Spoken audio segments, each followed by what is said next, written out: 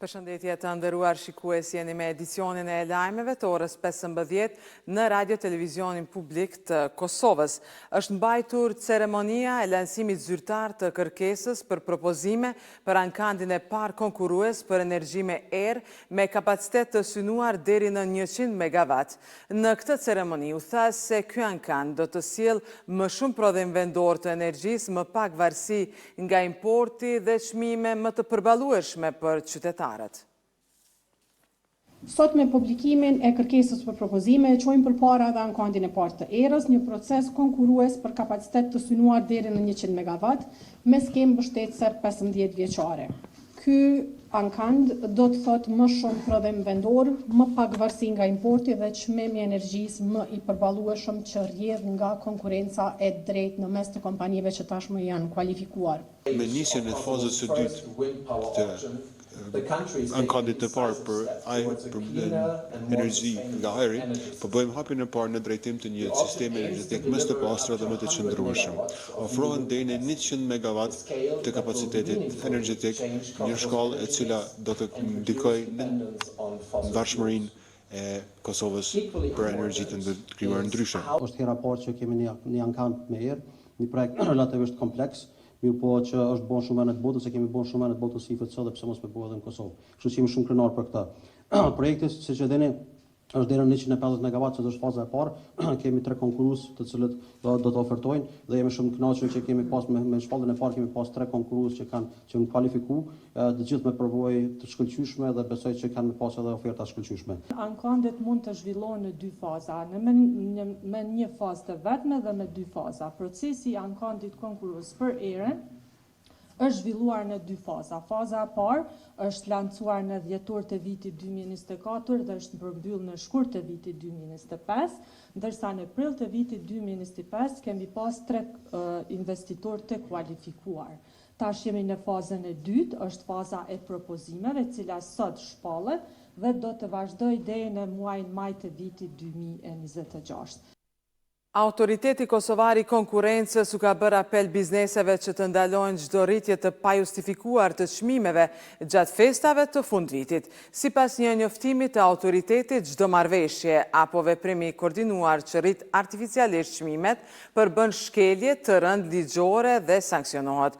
Ata njoftuan se inspektorët do të jenë çdo ditë në terren gjatë muajit dhjetor për ta monitoruar tregun në të gjitha shtetet e Kosovës, ndërsa qytetarët të raportojnë çdo dyshim për abuzim me çmimet. Shoqata sindikale punëtorëve të KRU Hidrodrini ka paralajmëruar se nesër do të hyjë në grevë 1 orëshe. Vendimi vjen si rezultat i mungesës së përgjegjësive zyrtare ndaj kërkesave të punëtorëve për rritje lineare të pagave në shumë prej 110 euro për të gjithë punonësit, barazimi i shujtës së mëngjesit me ndërmarrje tjera të sektorit në vlerë prej 5 euro dhe paga e 13 për të gjithë punonësit e KRU Hidrodrini. Ata kanë paralajmëruar se në rast të mos realizimit të kërkesave të tyre, do të përshkallëzojnë veprimet sindikale deri në grevë të përgjithshme.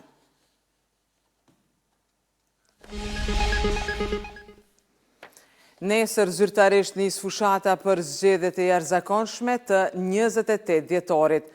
RTK nga nesër e deri më 28 dhjetor përveç lajmeve nga premtimet e partive politike, do të mbulohet edhe me program ditor, debate dhe analiza zgjedhore si dhe intervista me liderët e partive politike dhe kandidatët për kryeministër.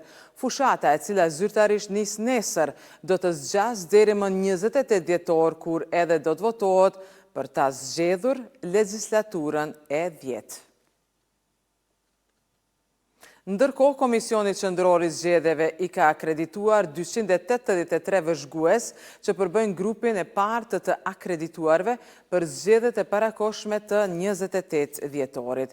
Në këtë grup janë 17 organizata vëzhguese, prej tyre institucione shtetërore, përfaqësi diplomatike, media vendore e ndërkombëtare. Te përfaqësi diplomatike bëhet fjalë për ambasadën britanike, e cila u akreditua me 7 vëzhgues dhe ambasada e Japonisë në Kosovë me 3 vëzhgues. Periudha aplikimit për akreditim të vëzhguesve, e cila ka filluar më 5 dhjetor, do të përfundojë më 20 dhjetor.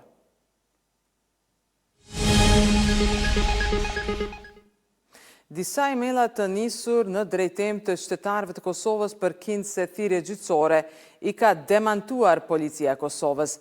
Në një komunikat për media, policia ka bërë të ditur se emailat e emërtuar si thirrje gjyqësore të lëshuara nga institucionet e sigurisë së Kosovës nuk janë dokumente zyrtare dhe nuk janë lëshuar nga policia e Kosovës. Policia në bashkëpunim dhe bashkërendim me organet e drejtësisë pas sigurimit të informacioneve rreth përsëritjes në fakt të qarkullimit të emailave të tillë, po kryen hetime intensive duke angazhuar njësitet kompetente policore me qëllim të hetimit, verifikimit dhe zbulimit të kryerësve të kësaj vepre penale, thuhet në njoftim të policisë së Kosovës. Ndërkohë policia ka bërë të ditur se në stacionin policor në Fushë Kosovë është pranuar informacioni lidhur me një rast të dyshuar të abuzimit të një të mituri. Bazuar në dyshimet e ngritura, policia njofton se i mituri është kontaktuar përmes rrjeteve sociale nga një person dhe dyshohet se është dhunuar në komunën e Ferizajt. Policia thekson se po punon për ta identifikuar të dyshuarin dhe përcaktuar vendodhjen e tij.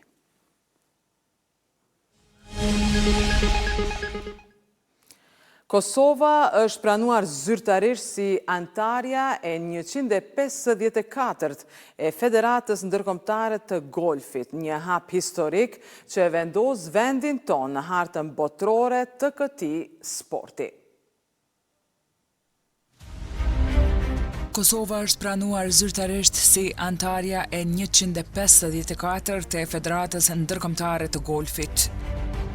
Vendimi shënon një moment të rëndësishëm për sportin në vend, pasi antarësimi në Federatën Ndërkombëtare të Golfit i mundson Kosovës përfaqësim të plotë në strukturat ndërkombëtare të golfit, pjesëmarrje në gara botërore dhe përfshirje në ciklet olimpike.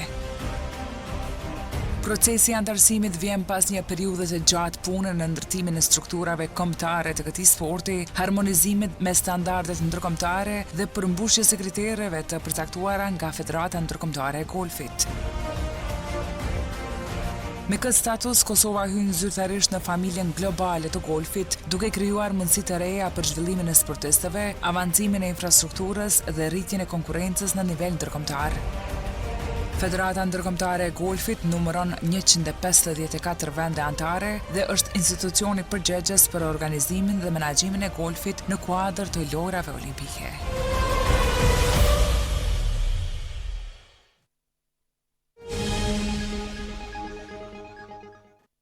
Presidenti Amerikan Donald Trump ka paditur BBC-n me $10 miliard duke akuzuar për manipulim të fjalimit të tij të 6 janarit 2021 dhe për ndikim të qëllimshëm në zgjedhjet presidenciale të vitit 2024.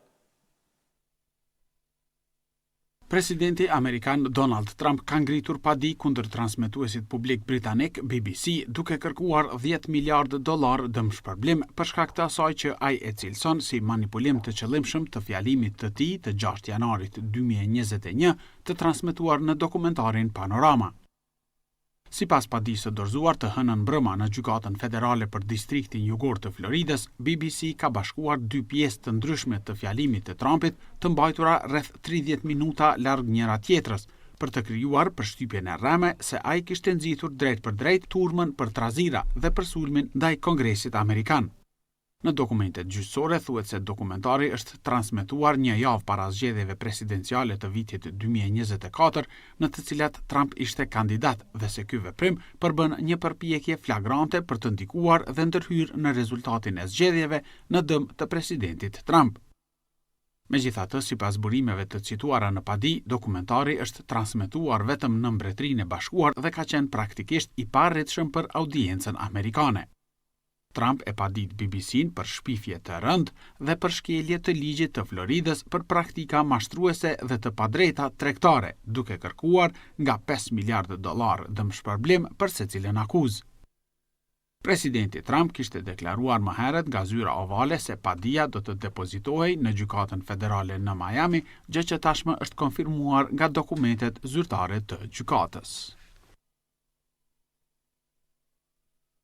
Të trafikut të drogës në ujrat ndërkombëtare përshkaktojnë debat pasi Komanda Jugore SBA-s ka konfirmuar një tjetër aksion të armatosur në paqësorin lindor me pasoja vdekjeprurëse.